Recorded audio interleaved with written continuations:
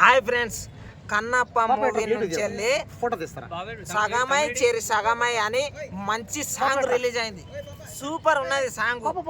కానీ ఎందుకు ట్రోలింగ్ చేస్తున్నారు?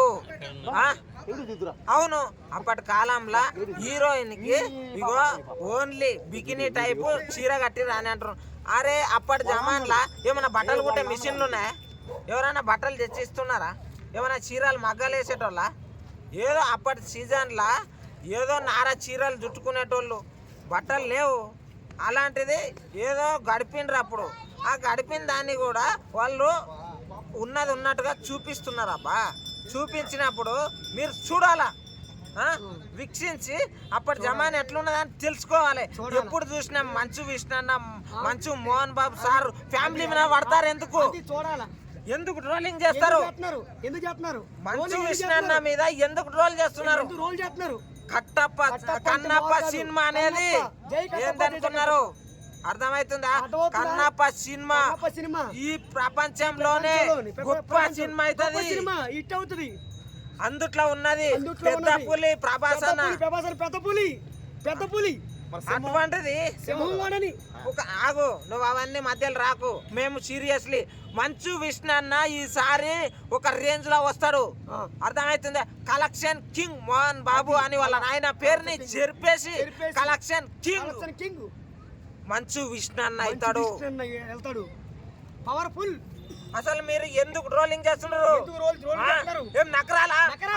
లేదనుకున్నారా? నువ్వు ఎవరు హీరో ఫ్యాన్స్ అయితే మాకేందబ్బా. కానీ ప్రతి హీరోని గౌరవించడం నేర్చుకోండి. నేను ప్రభాస్ ఫ్యాన్ ని. అన్నని ఎప్పుడు చూడాలని ఎదురు చూస్తున్నాను. అటువంటిది మన కన్నప్ప నాస్తికుడు.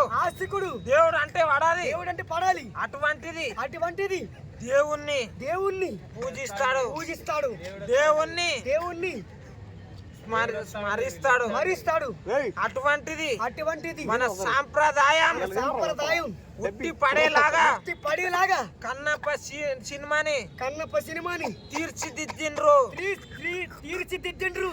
అటువంటిది ఇంకోసారి సాంగ్ గాని యాక్షన్ గాని ఏదైనా వచ్చినప్పుడు మా మంచు విష్ణన్న మా దేవుడు మా మంచు మోహన్ బాబు ఒక మహాదేవుడు.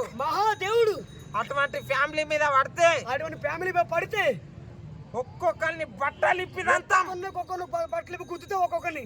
అర్థమవుతుందా? మేము మీ painting star Anji. Painting star అంజీకి జై. నా పేరు మహేష్.